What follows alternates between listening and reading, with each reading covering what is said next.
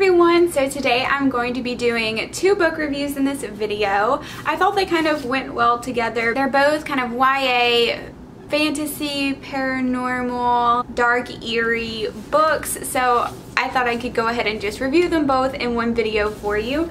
The first book is Beyond a Darkened Shore by Jessica Leake, and the second one is The Wicked Deep by Shay Earnshaw. So let's talk about Beyond a Darkened Shore first. I did receive this finished copy from the author, and she signed it for me because she is so sweet. It's based around Norse and Celtic mythology, kind of woven together, and it's set in Ireland during Viking times. So there's a lot of atmosphere going on in this book, and history and mythology, and I think it turned out to be pretty cool and fascinating. Our main character's name is Kira, and she is a princess. Her father rules a kingdom called Mai, but she has special powers. She's always been kind of rejected by her family and her kingdom. She can actually overtake the mind of another person and make them do the things that she wants them to do.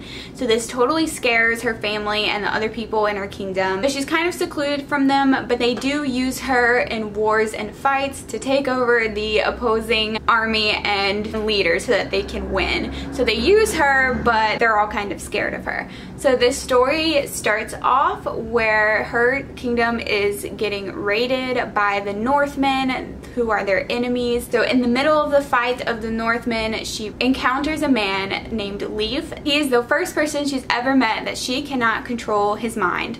So her and Leif kind of team up together to fight an impending evil and figure out how to save both their kingdoms and themselves.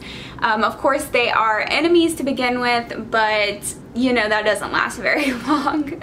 So that is the summary of this book, as much as I can give, but this book is very complex and definitely plays a lot into fantasy and mythology, and so a lot more goes on in this book than just that. That is just the start. I ended up giving this book, I want to say, a 3.75 out of 5 stars. It just didn't quite make it to a 4-star. I didn't love this book. However, I thought it was really good. I don't know, 3.5, 3.75, somewhere around there. I really appreciate all of the mythology and research that went into this book. I am not familiar with a lot of Celtic and Norse mythology, so a lot of it went over my head, I feel like. I kind of got to figure some of it out by the end, and she does provide a glossary in the back along with pronunciation guide, so I definitely appreciated that. I thought that was a really nice touch to the book. However, I just felt the pacing was the major downfall of this book. It just dragged, and I was just reading and reading and reading. I think it almost took me a month to read this book. I was enjoying it while I was reading, but I just kept feeling like, is it over yet? You know, things, I would think it was coming to a point where it would end, and I would look and I'd have 100 pages left. Why is this dragging out so long? Maybe it's just because I'm not very familiar with all of the mythology of it, so maybe that slowed down the pace for me a little bit. Some scenes didn't need to be as long as they were, and some things, it was a little repetitive at times.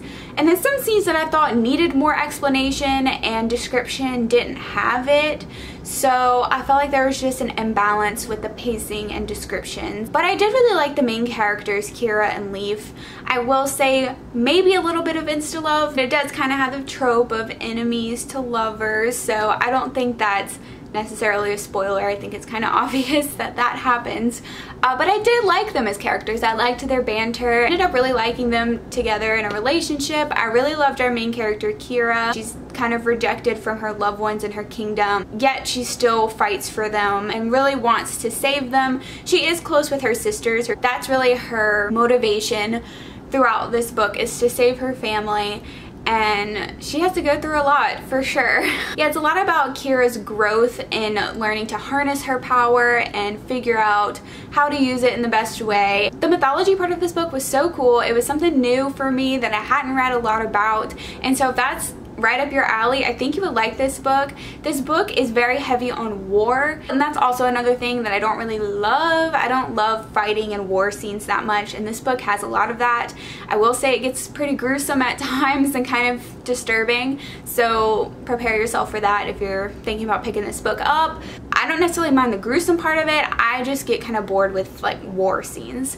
So that's just kind of a personal thing. However, overall, I think this was a strong book, and especially if you are interested in that kind of setting and mythology, then I think you would really enjoy it. I really enjoyed it, and I'm not super interested in that stuff. So yeah, definitely give this one a try if it's something you think you might like. Alright, now let's talk about The Wicked Deep by Shay Earnshaw. I did receive this book from Simon Teen. It came out back in March, on March 6th, I believe, of this year. This one's way more of like a paranormal witch kind of book. I just talked about it in a video I did called Summer Scaries Roundup. I talked about some great scary books to read during the summer, and I mentioned this one. So I have already talked about it a little bit, but I just wanted to, you know, do my review and full thoughts on it for you. This book is about a cursed town in Oregon named Sparrow.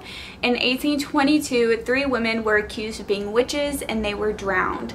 Now their ghosts and spirits haunt the sea in Sparrow, and every year during the summer solstice in June, they come out of the sea and take over the bodies of 3 girls in the town, and every year they end up luring young boys into the ocean and drowning them as revenge for what this town did to them 200 years ago. We follow our main character, Penny. This year, on the eve of the sisters' return, a mysterious outsider named Bo shows up and meets Penny. Penny and Bo kind of band together to figure out this summer's mystery. Who are the girls that the sisters take over and try to protect this town from further death and tragedy. I really loved the writing of this book. It gave such a strong atmosphere, and it really creeped me out, gave me goosebumps, gave me chills. I just loved the feeling of this book, you know, a coastal town in Oregon, so it's always very foggy and misty and mysterious and creepy, and I loved the setting of this book so much. And I also thought it was interesting it was set during the summer. Most of these kinds of books I feel like are always set in the fall or winter or Halloween time, so this one was a little bit different in that respect. So I ended up giving this book 4 out of 5 stars. I really enjoyed it. When I finished it, I was like, wow, that was pretty good. Maybe more like 3.75, I don't know. Just like the last book, I'm right on the edge of 4 stars. I just feel like the strongest part of this book was the writing and the setting that it created, and the feel and the ambiance of the story. To me, it was just so strong. I read this book in a day, maybe a little less. It's short, and although the writing is descriptive, I feel like it kept up a nice pace to it. And I just loved the mysteriousness of this book and kind of the hocus pocus feel to it, I guess, but in a completely different setting. The things I didn't love so much about it, I thought it was kind of predictable. I mean, it was good, not gonna lie. There are some interesting things that happen and twists, and the plot is good. Not totally unexpected in my opinion. I don't want to give away any more because I don't want to ruin it for you. The romance was also a little weird. I've read a few reviews of people calling it insta-love. I wouldn't necessarily say it's the worst insta-love I've read. I thought it was pretty good, but it was just kind of weird. This whole book is kind of weird, but I liked it. If you like weird, quirky, chilling, strange reads, then I would recommend this book to you. I think it would be a really good book to go into not knowing much, although I've just talked a lot about it. So yeah, those are my thoughts on these 2 books. I hope you enjoyed this review video. Let me know in the comments if you've read these books or if you have any other fantasy paranormal recommendations. Thank you so much for watching, and I'll see y'all soon. Bye.